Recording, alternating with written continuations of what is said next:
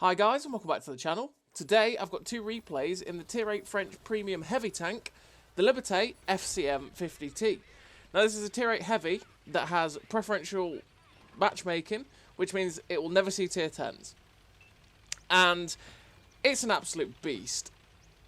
The DPM is great, the mobility is great, the gun handling once you use vertical stabilizers and the crew skills is really damn good. It's an absolutely fantastic all-round heavy tank. And it's not really a heavy tank, it's more of a heavium, right? You don't go play this thing as a heavy tank. Don't go playing on the front line expecting to brawl with other heavy tanks and bounce all the shots. You need to play this like a flanking medium tank, get in, get shots out, and just deal some significant damage with the absolutely fantastic DPM that this tank has. And it's an absolutely crazy tank to play. It's just so powerful. So what do I run as a crew on this tank? Well, on this crew, on this tank, I run Born Leader, Rapid Reload, Sixth Sense, Situational Awareness, Trap Mechanic, Steady Aim, Snapshot, Run and Gun, and Smooth Ride. I run Smooth Ride to be able to make the ground resistances better, to be able to help the mobility of this tank, because this tank is a heavium. It's designed to be a mobile heavy tank, right? The armour on the tank isn't that great, and you don't want to rely on it. You just want to be able to, like I said, get in flanking positions and slap some shots in. The armour on the tank is pretty decent for facing tier 6s and some tier 7s, but that's the whole point of the way, you know, some of these tanks were designed to be back in the day when they were made pref. You know, tier 7.5s. Well, this was made as a tier 7.5, and then they buffed it 2 or 3 times over, and they just made it absolutely incredible. And it's an absolute beast of a tank, and to be honest, it's better than, there's quite a few tier 8 tanks, as we bounce an ISU 152 there. Yeah, there's quite a few tier 8 tanks that are worse than this tank, but this has pref. So it will never see the tier 10s like. You compare this and the CDC, right? This is the way I'd say it. This and the CDC are fairly similar. Just the CDC can go at 10 kilometers extra in speed. This has pref and deals with every other tank just a hell of a lot better than the CDC does. This tank is amazing. I love it. It's great. I didn't used to like it all that much pre 6.0, and that was because the gun absolutely trolled the living hell out of me, and it just always annoyed me. So I sort of just stopped playing it. But then I've been playing it again recently, and it's like, yeah, this tank is just absolutely incredible. What a tank it is. So we've got this first game, and we're on steps, and we've managed to flank round, go straight down the 9 line from these alternate spawns on standard battle, which is the way I like to play this map.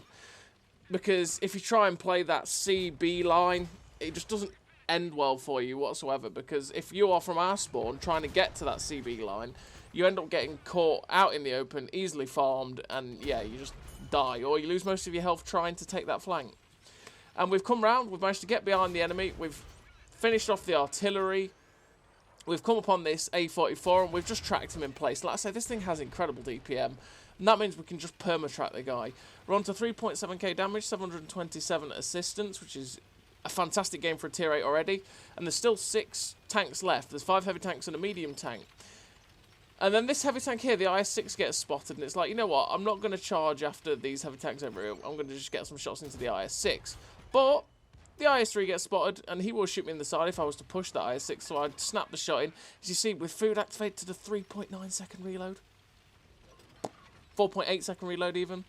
I think the reload timer bugged. 4.8 seconds. Beautiful. Absolutely beautiful. So we're going to go get rid of this IS-6 now since he's behind us. We get one into his side, go lower down to try and make sure that it makes it harder for him with his gun depression to get shot into us, which fortunately enough he hits the ridgeline in front, and we shot him down. And now we're going to go after the remaining 2 tanks, which is this IS-3 over here and the KV-3. And like I say, the gun handling, which used to be the only thing that truly let the tank down because it loved a good miss, is no longer a concern. It just hits everything you'll ever want to hit for the most part. I'll say the DPM is incredible. 212 pen on the standard rounds is pretty damn good. 250 odd pen on the premium rounds is enough to pen even a lot of the tier 10s you'd ever face, but you're not ever going to face tier 10. It is just such a good tank, honestly. if you play this tank expecting to bounce shots and play like a true heavy, you will fall down because the tank can't play like a true heavy. It has to play like a medium tank to get the most out of it. And we finished that game with a great tally for what is just an amazing tank. I can't sing its praises anymore. So I finished that game with 4 kills, 4.8k damage, 776 assistance, ace tanker, confederate, high caliber, 2.1k base XP. An absolutely fantastic game for an absolutely fantastic tank. It's a beast. And the fact that it has preferential matchmaking as well is just even more incredible because you just never have to face these tier 10s. And to be honest, like I say, even against tier 10s, I feel like this tank could stand up pretty damn well, playing it in the playstyle you'd have to have with it, which, like I say, is the heavy in playstyle. You don't play to get involved in a face-on brawl with other heavy tanks that have higher alpha and more armor, where you chance bouncing and then they don't bounce on you and you get slapped about, right? You play like that flanking medium tank, you get the shots into people's sides. You can, with the angling on the tank, you can bounce the occasional shot, as you saw in the last game. We bounced 1,000 damage. Because you do have good angling on that upper plate, which is like 120 millimeters, I think, angled. It is good angling, so, if you come around corners and stuff and you catch people at weird angles, they'll bounce off of that. Same as they can bounce off the turret if you catch them at weird angles. Because it is a heavy tank. And it also, the other thing is, it's a pretty decent rammer if you need to get some good damage off in a ram to finish someone off, because it's a 50-ton tank. That's why it's called the FCM 50t. So you can, if you come against something that's lightly armoured, and I do stress that it's got to be fairly lightly armoured, fairly light tank, you can do a good significant amount of damage with the ram and finish them off if you have to. It's last resort saloon. So, we're on Pilsen, and we're on this little ridgeline here. We just got ourselves in a little ridgeline brawl. We managed to shut down the Jagdpanzer 4. We're a little bit concerned about the UDES 1405 over there, because obviously he has a big gun to take a lot of health off us, and he keeps sort of poking about over there, and we just don't want to get shot by him. But then we notice this Barask is making a YOLO run in behind, and, we shut down YOLO runs in this place. We don't like them because, well, this is just a stupid play, and we need to punish this stupid play. So, this is where the mobility of the tank is absolutely fantastic, and we're just charging him. We load HE for the meme shots, we get one in for over 300, we're now facing up directly behind him, and we slap the shot in for 296. If we hadn't loaded the HE, we wouldn't have killed that Barask with that shell, and we wouldn't have done as much damage as we did to him. But we got rid of the YOLO medium tank from behind, it's pretty much a light tank, and we're up to 1200 damage. Now, there's this T-29 over here that's in front of the Sturmpanzer. The Sturmpanzer is also trying to shoot that UDES 1405. And we're going to do, like I say, what the Liberté can do best, and that is flank and spank. So I come around the corner, activate the view range, essentially, the food, to get us as good a view range as possible, as good a DPM as possible, to see if there was anything camping on these ridge lines, in which we spotted the Super Hellcat. But the Super Hellcat's pulled back. So now we're going to flank this IS-5 and get some shots in. We get a tracking shot into him. Like I said, we can perma-track people because of how good the DPM is on this tank. We get a nice shot into the back of him again, and he gets shut down.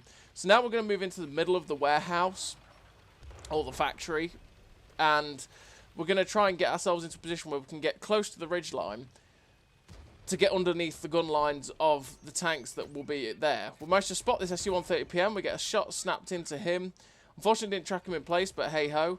Looking for a shot on the Rover, didn't quite get it. And now we're going to move, like I say, move up to this ridge line over here and get behind or underneath their gun line. We shoot the Leo through the wall that was destructible, finish him off. I was still looking for the kill on that Rover, can't quite get it. And now we're focusing on these guys over here. Unfortunately, we missed the shot on the move on the UDES. We're just looking to aim the shot to make sure it goes in. It then ricochets off of that tank when we had most of his side. Shame, really. But we get a nice shot into the back of the T-29. Now we're getting shot from that Rover, and it's like, Mr. Rover, please leave me alone. We try and get a shot into the SU-130PM, but unfortunately the ridgeline just gets involved. The Achilles comes round, somehow free-aimed. We missed that guy point blank. Really unfortunate, but we do get to finish him off that time. And now we're swiveling round so we can get the gun on target onto these two tanks that are basically on our flank. And if, these guys could punish us, really. So we shut down the Super Hellcat. We've now got the DPM on this T-29, definitely. He's going to get to fire one more shot before we shut him down. He pens us, but we've got the health, so we're not really that bothered. The TDs behind us aren't attacking. And we aim the shot, slam it into the T-29 and shut him down. Now we've got a Hellcat 105 up above us. We slap a shot into him. And like I said, the DPM on this tank, nutty. It's absolutely fantastic. We'll put another one in, and we're going to hopefully finish this guy off. And we do. And we finished that guy off, and I think we had quite a few kills in that game. It felt like it, at least. And we finished with 4.1k damage, the 7 kills, 2k base XP, 744 assisted. Just imagine if some of those shots had gone in to finish off stuff like the ULAs, we might have had a Radley Walters. But we finished with the Ace Tanker, the Top Gun, the Devastator, 2k base XP. A really nice game for the FCM 50t. Honestly, this tank is absolutely nutty. It's a great preferential premium tank. If this tank is ever on discount to get, it's well worth getting for a preferential tank. So as always, everybody, thank you very much for watching. I'll see you next time.